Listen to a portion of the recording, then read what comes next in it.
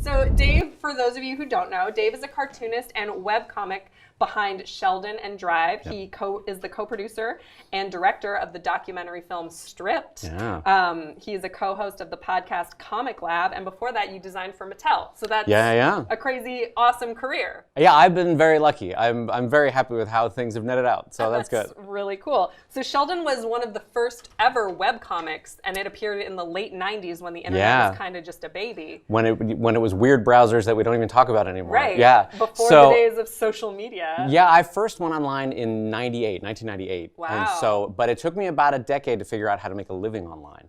And so I was able to quit my day job at Mattel Toys in 2007. Oh my gosh. Yeah, and so it's been a fun run since then, 11, 12 years now. Wow, but tell us a little bit about Sheldon. Like, what was it like doing a daily comic strip before it could be so easily shared on social media? That's true. So the fun thing is, back in the original days of the internet, it was all about word of mouth, frankly. You know, you would have these web rings, you would have people emailing one another like, hey, check this out. And Sheldon's sort of an all-ages kind of newspaper-style comic strip. It's kind of in the vein of Calvin and Hobbes, but far nerdier, far geekier.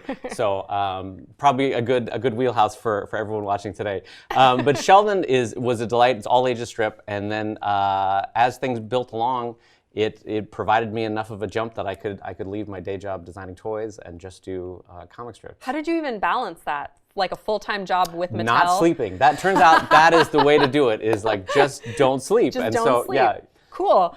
So, fun pro tip, go prematurely gray by not sleeping. Oh my God.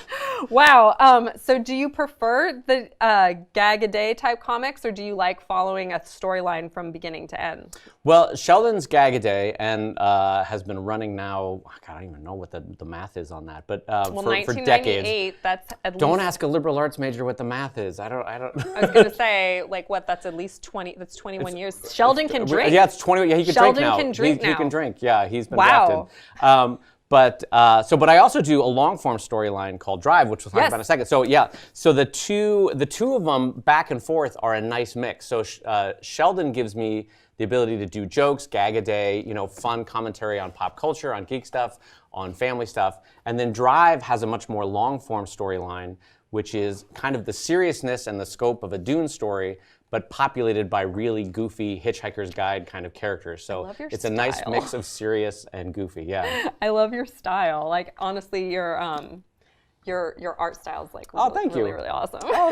My mom will be very happy to hear that. Thank you. Your mom. So, does your mom? Like in the way that moms do. Mom's always like, anytime their kid's like, oh, someone complimented my baby. That's great. I did okay as a mom. Yeah, I'm a good mom. So can you tell us a little bit about Drive? What's the story about? Yeah, no, so it takes place in the 24th century, and it's the Second Spanish Empire. So that Spain has once again conquered the globe and conquered a good part of the galaxy. Oh my gosh. And it's just sort of a fun thematic about how everyone thinks that their empire is going to last forever. The Romans thought they were going to last forever. The British thought they were going to last forever. And so what's fun is the sort of circular nature of history, and Spain reconquers the world and a part of the galaxy using technology from a crashed alien ship. And as it turns out, the aliens from which that technology originated, technology has almost a religious value, and so it becomes this massive galactic war between different parties. And there's a lot of fun aliens thrown in on the human side and on the other side, and I know it sounds like a serious story, and it is, but it's populated by goofy, almost Muppet-like characters. So I was going to say, there's a lot of comedic value to this as well. Yeah, so, like, it's fun to cut the seriousness of the story with a joke. So it's really, especially for a story that updates page by page online and then gets collected in the book form, it's fun to have humor carry it along. Absolutely, because you have to have something that keeps everybody coming back. Yeah. Everybody coming back. Absolutely, yeah. So do you have people that have been reading your comics ever since? Oh yeah. It's got a super dedicated fan base, and this is Act 1 collection, the hardcover, but next week the Act 2 hardcover collection comes out, and we kickstarted that. It had a huge success, and so I'm super pumped to have that out in the world. That's so awesome! Yeah. Congratulations! Yeah, it's been really fun. Really cool. It's been really fun. So is that how people can get these? It'll be available on my site at drivecomic.com in a week or so, and it'll be available on Amazon and all sorts of places. So. Oh my gosh! Yeah, that's really fun. So fun. Okay, so We talked about your comics. Yeah. Now you moved into doing a documentary called Stripped. Can you tell us about Stripped and what made you want to move into like doing comics to talking about doing comics? And absolutely. So I, going back a bit, I have 2 master's degrees in the history and in, relevance of comics. One on World War II comics, one on 18th century comics. And so the documentary, that's awesome. Yeah, the documentary was what a cool thing to have master's degrees in. And totally useless. Like, but it qualifies me to flip burgers. Yeah, not to us. Or it qualifies you to be right here, right now. Yeah, it does. Yeah. The journey was fine because I ended up being a cartoonist with it. But so I've always had this kind of academic and historical interest in comics. And so my dear friend Fred Schroeder and I put together a documentary. It took us about 4 years, a 2-hour, hour-and-a-half documentary called Stripped, and we interviewed all the best cartoonists. I have a list here, by the way, sure. while they're showing some stuff from Stripped. So Jim Davis. Yep. Who of Garfield. Of Garfield. I was going to say, do we even need to say what these people did? Greg Evans from Luann. Jeff Keane, Family Circus. Yep. Lynn Johnston, For Better For Worse. Yeah. The actual Cathy from Cathy. Who is awesome, by the way. Yeah, she's legit rad. Is she legit Cathy? And she's so fun. She's really fun. I love Cathy because I was always like, when I would read Cathy, I would just be like, I feel like I get her. Yeah. Oh yeah. And she just like holds up like test of time. Like you can read Cathy. And as a person, she just rolls with any. She's so funny in person. Oh my God, so that's you'll love her in the documentary. Yeah. And then also the film has the first ever recorded interview with Bill Watterson. I was just gonna get to it. Like Calvin and Hobbes. Oh my God! Wow, and he is even on the film's poster that you guys just saw. Yeah, so he loved the final cut of the film so much that I said, "Well, Bill, it's been 19 years or whatever since you've drawn a comic. Would you do the poster for the film?" And he said, "Yeah." And I, honest to God, as a cartoonist, there's probably no more moving thing that I'll ever have than him saying, "Yes, I would love to do the poster."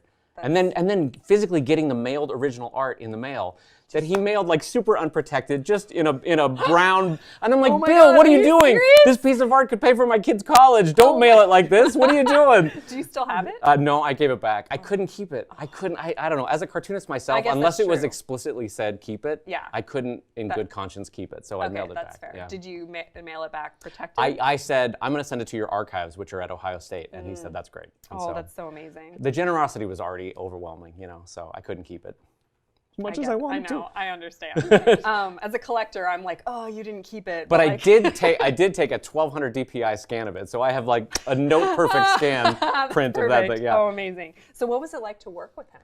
Very nice. It's one of the things that was really heartwarming about making the documentary is all these cartoonists that I grew up with, these being my heroes, they are, to a T, lovely people to talk to. Really fun, really kind, really warm. And you walk into their space, and we traveled all over North America to interview them in their studio. And it was super warm, super welcoming, and I learned a ton as a cartoonist. It was one of the best experiences of my life. I loved it. So they lie when they say don't meet your heroes. Yes, there was only 1 or 2 where I was like, I wish I wouldn't have met that hero, but 98% of them were delightful. And 98%, that's a huge... Yeah, it was a big win. It was a big win. It was a big win. Okay, so you went home, you went to the home of Garfield to interview Jim Davis. Which is amazing. Tell us about that. So you're driving through Indiana, and you're going through kind of a wheat or a soy field, and you think like your GPS has sent you the wrong way. You're like, there's no way that Garfield is out in the middle of this soy field. And you crest a little hill, and all of a sudden it's like, the sun comes out, and there's 3 gigantic buildings, and 65, 70 people working on Garfield, and you pull in, and they're like, here's your espresso, and you're like, I'm in the middle of nowhere. How is this where Garfield lives? And Jim was awesome. And when we went to start his interview, he's like, hold on a second. And he hits a little remote and a fireplace starts up. And I was like, this is classy. This is the nice way to do it. Wow. This is a good way to conduct an interview. I mean, you've already got a fireplace yourself. We do have a fireplace. You do. So, okay. And you can just lie and say you had a remote for it and just went boop. And don't we have a remote? We do. You do have a remote for it. So there you go. It's already classy. I don't have the remote because I'm not responsible. So like, you are operating at Jim Davis levels, which is great. That's classy. We're gonna take that quote. Yeah, we're at Jim Davis. Oh my gosh. Are there cats there? There were not. There's a lot of orange, though. Okay. There is like a sea of orange. It's an unbelievably... Oh, and he walked me into the merch room. He's like, let me show you some of the Garfield merch from around the world. And you walk in, and it's like, do you remember your high school gym? Just that size room of just Garfield. And it's like, Funyuns from Hungary with Garfield on them. And you're like, wow, Hungarian Funyuns with Garfield. Did not know that would be a viable product, but all right. Okay. But that just paid for the 9th car, so that's great. Oh my gosh. Wow, But he was super warm and welcoming and lovely, and he kept pushing back his interview time. He's like, cancel my 12:30, cancel my 1:30, and just kept talking, and it was really lovely. That's so he was a really warm guy. He was really lovely. So, okay, so how did these notable cartoonists handle it when you mentioned that your film was about showing how cartoons have evolved from newspapers to webcomics? And the big theme of it is the sort of death of traditional newspaper comics and the rise of the internet. Well, the good news is that it's not like I had to explain to them that was happening. Right. Everybody is intimately aware of the death of print and the rise of digital. And so they were all really willing to talk about it, both from a sadness standpoint of like we're losing something, but also from a happiness standpoint of we are gaining a more independent, a wider variety of voices. Newspapers often would funnel down to the most, I was going to say geriatric, but the most generic, that is also geriatric, the most generic voice you could of like, Lonely Island, castaway stuck on, you'd see that joke again and again, or a golfing joke. Yeah. Whereas now online you can get every type of comic, every type of cartoonist, every type of voice talking to their own unique publics and communities, and it's really kind of amazing. And a lot of them are having a new life, because I immediately thought of Jim Davis has all these Garfield comic strips that he's done for years and years and years, and then Garfield Without Garfield happened online. And he was super cool with it and down with it and let it happen. It was I know, great. and it was crazy to see that he actually supported that happening, because it was like, how would an artist feel about their work being altered? But he thought it was funny. And the amazing thing about working digitally is that I have no intermediaries. There's no editor, there's no publisher. Right. So I can talk directly to my fans. And so it's just myself and my assistant in the studio, and we can run a whole business without any other editorial staff. And That's crazy. Kind of amazing. It's a great way to conduct an art life. And this is actually a good segue into Pugs Unleashed. Oh yeah. Because Pug was like a side character who then became so popular with your audience that now you have a whole book that's Pugs Unleashed. So our family got a pug named Payaso, which means clown in Spanish, and he was a little doofus and delightful. And so I could not introduce a pug character into the comic strip, and people really reacted well to that pug character. Pugs on the internet. And then I end up with who knew that I was going to end up with a 300-page book about pugs, but there you go. And now it's super popular and people love it, which is great. That's awesome. And they can also pick up, if you are a fan of pugs, which by the way, this is hilarious, just like in general.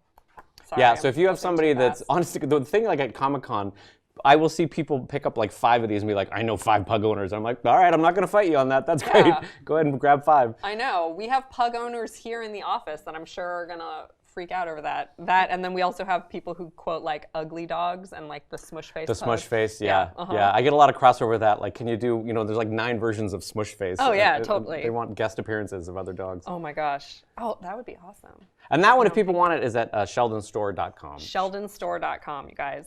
So speaking of webcomics, a lot of people who are big names in webcomics were also part of your documentary, including, again, this list is crazy.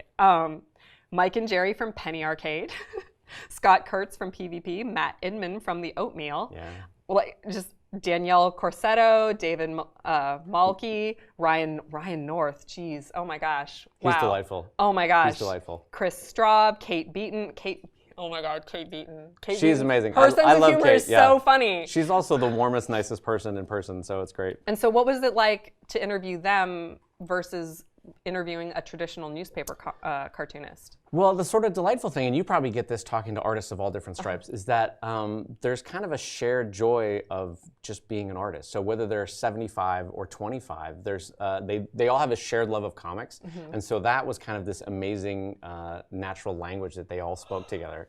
And so a lot of their concerns and joys were the same, which was fun. It's fun to see that we're kind of the same person at 75 as we were when we were 25. That's so good to hear. Yeah, it's a little reassuring that that everything's going to be okay. Yeah, exactly. And like, Were they starstruck by the other people that you got to interview? Like, oh my Oh, God, yeah. like Kate, because I imagine Kate has to revere like Cathy in some way because they're doing like generational of the same type of thing, but not exactly, you know? Yeah, but well, everyone to it, they were all kind of starstruck, but everyone to a T was super amazed when Bill Watterson did the recording for They were like, "I'm sorry, what? Who did you get? You got Bill Watterson?" Because he's a delightful but famous recluse. Yeah, totally. And so the fact that he was willing to talk about comics was amazing. Oh man, Bill Watterson.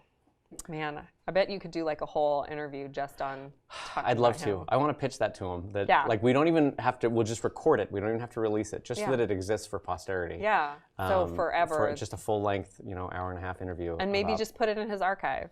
That's what I'm somewhere, thinking. So that way it it'll exists exist. for. Yeah. Because having done grad degrees in comics, just as a historian, you want that to exist. Right. In their own words, and so I think that'd be amazing to do. Yeah. I think that should happen.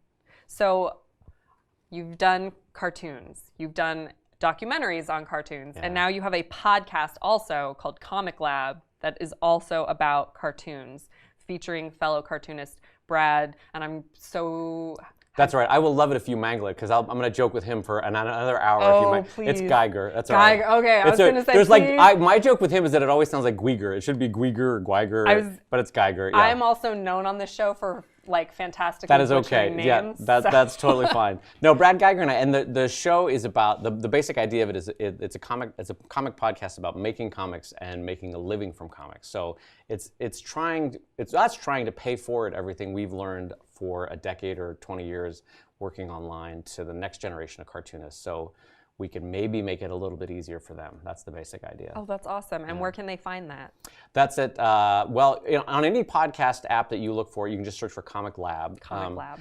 The iTunes links are always impossibly long to try to share. They are.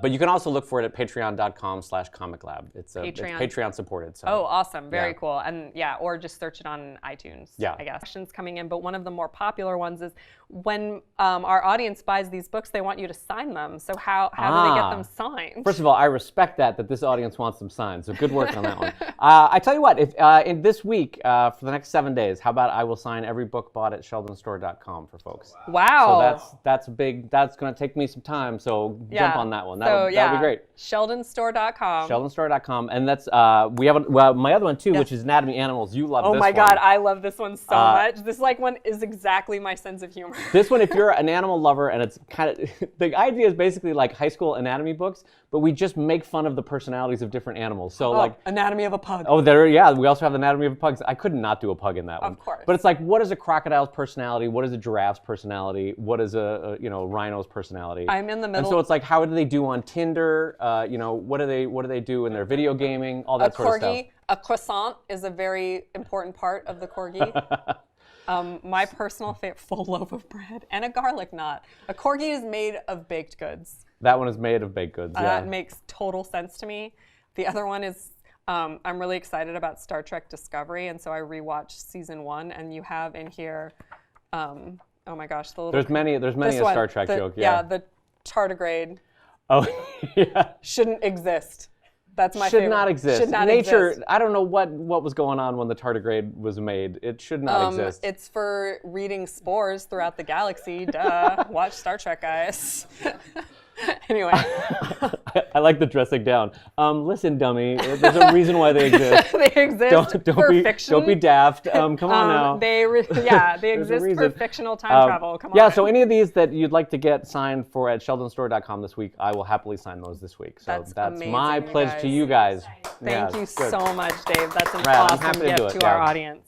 Okay, so Frederick wants to know, on that note, is Dave going to be at any conventions this year for us to meet him? Yes, I'm at. I've had a couple years where I kind of toned it down because I was working on the film and then working on other things, and now I'm going to be doing San Diego Comic-Con, Emerald City Comic-Con in Seattle, WonderCon in Anaheim, the new NCS Fest in Huntington Beach, and then I'm going to be going, of all places, Juneau, Alaska this year. I haven't been to Juneau in 25 years. Oh my gosh. And going up for a small but delightful Comics Con up there. Comics Con? Who says it like that? What? It's Comics Con? Sure. Wow. Comic Con up there. So that's my list. But nothing on the East Coast this year and nothing in Europe this year. Oh. So, yeah.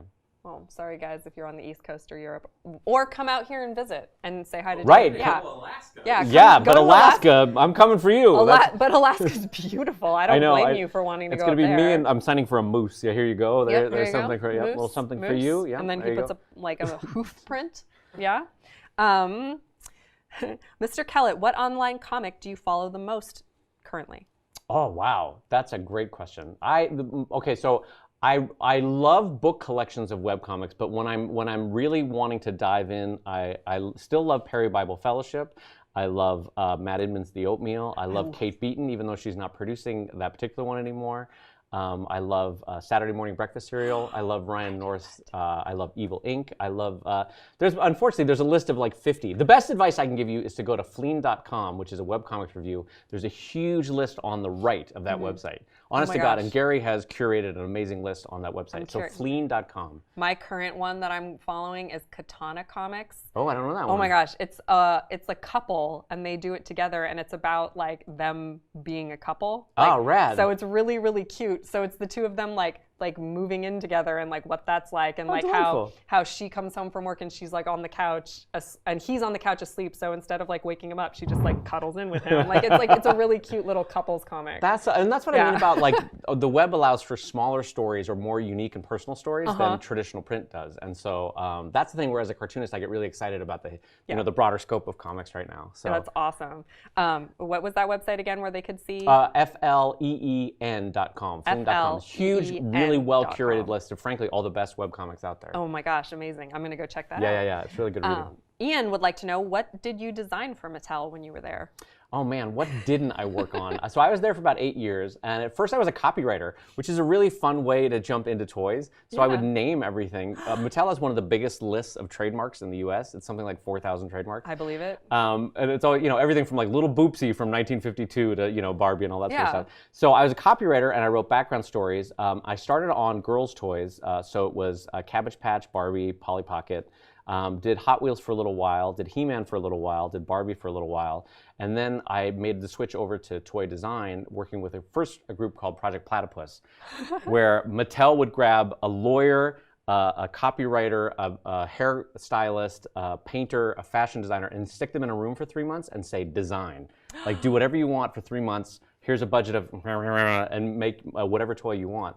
And they found out that I was really good at designing toys, so then I started working on some digital toys, some mixed media digital and hard plastic toys, and had about 2 years before that, and then the comics started to take off, and then I skedaddled out to the world of webcomics. Yeah. Wow, that's a wow. Honestly, had comics not been my dream, I would have stayed at Mattel for another 40 years. I loved designing toys. I mean, like I'm a kid in a candy store walking in these halls. Yeah, and you guys do beautiful, tour. amazing, world-renowned work, and so it's so fun to see. Oh my gosh! So then that's a really good segue into Anne Marie wants to know: does Dave collect figures or statues or art prints?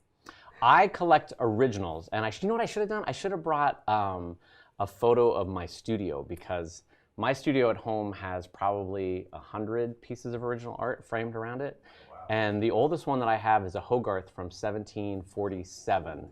And I actually have two Hogarths, but the oldest one and the better conditioned one is from 1747. Wow. And then I've got a lot of World War I, World War II age comics. I have a Bringing Up Father from 1929 that I love. It's beautiful. Oh my gosh. Yeah, so I'm a huge collector of original art. We all have our thing that we geek out for. And for me, it's comic original art. I completely understand why you and Dennis are like kindred spirits. So that's why for me, sending back that Bill Watterson original art was like both a tremendous act of kindness, but also like just pulling it from my cold dead hands. I was like, this is hard to let this go. Yeah. Oh my God. Yeah. But so I'm a huge fan of original art. It's fun to be able to cartoon and look around and be super inspired, Yeah. And so I love that aspect of my studio. Okay. If you had to pick a frame or a character from all of your work that you would love to see turned into a figure, or if it's a frame like a diorama, what would that be? A 3D version of like the that is a great. So in my science fiction strip, there's a character named Nosh who's a giant. He's probably 10 or 12 feet tall, and he's a voracious eater. And he crash landed. His backstory is he crash landed in Moscow and didn't have the cab fare to get off the planet. So he his English is with a heavily Russian accent, and so he's this delightfully jolly, voracious eater 12 with a foot tall. 12 foot tall with a Russian accent, and he's jolly, and everybody loves him. He's everybody's favorite character, and I would love to make him into a maquette or something. Oh my God, it'd be amazing to have him. Nosh maquette. Yeah, that'd be amazing to have him. I would love that. Anyway, yeah. So I'm sorry. Oh, you got a genuine smile on my face that's thinking about awesome. that. Yeah. Now I'm gonna have to read all of this so I know all about Nosh. Yeah. Oh my gosh. Okay, what is the most cherished piece of art that you own? I mean, you. Oh wow. Which could be different. Like this is a kind of a version of a question of like in a fire, which one thing do you grab? Yeah. What right? is the one thing you grab? I don't know. My studio. I would be like the sad person running back into the fire, grabbing all the pieces, throwing them out the window, and trying to save them all. Yeah, my studio with all the original art on it is a super loved collection.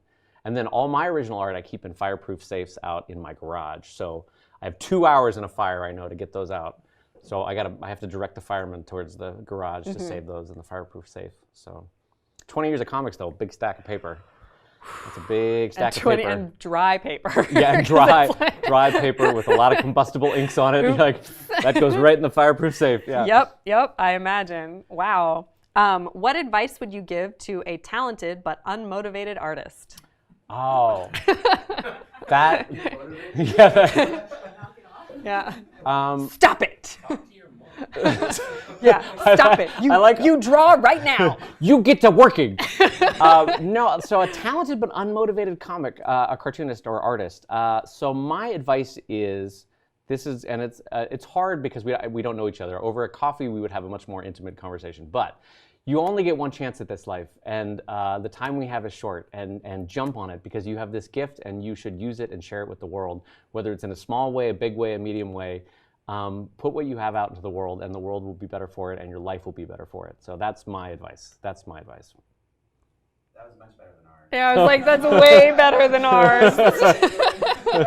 Well, that's you can see why I like doing the podcast about making comics and how to make a living from comics, because Brad and I are both really passionate about talking about how hard it is to walk an artist's path, but how important and necessary it is for those that have that calling. And so that's why we do that podcast. And it's really fun to talk comics. It's called Comic Lab. And it's patreon.com/comiclab, and it's totally free to listen to. So that's that one. Wow. Wow. I almost want to like end on that last question. Since I feel like that was kind of a PBS last It was so. All right, kids, let's get. I didn't mean to have that too genuine. But it was so great. And then I guess this is actually a really good one to follow that up. Is there a comic that got you interested in making cartoons? Oh, that's a great one. So we all have our childhood loves. For me, the kind of trifecta when I was a kid was Calvin and Hobbes, Bloom County, and The Far Side. Those three were amazing to me.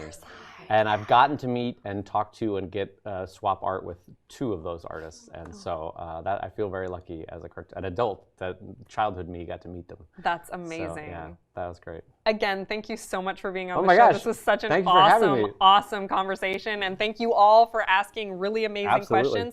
Once again, where can they get these books? Sheldonstore.com, and I will sign them all for this week for everybody. Sheldonstore.com, and if you order them this week, Dave will sign them for you. That's amazing. They're all in there literally right now ordering them. Oh, great. That's good. I have a lot of signing to do. I have set myself up for wrist problems later this week. That's great. That's it. That's a good problem to have, though, as an artist. Yeah, that's very cool. Again, Dave, this was amazing. Thank you so much. Thank you so much for having me. Thank you all for watching. Be sure to tune in on Friday for our Hot Toys live show. Buffy is about to put the link in for next week's show. Be sure to click that bell, subscribe to our channel, and don't forget to let your geek side show. Thank you, guys.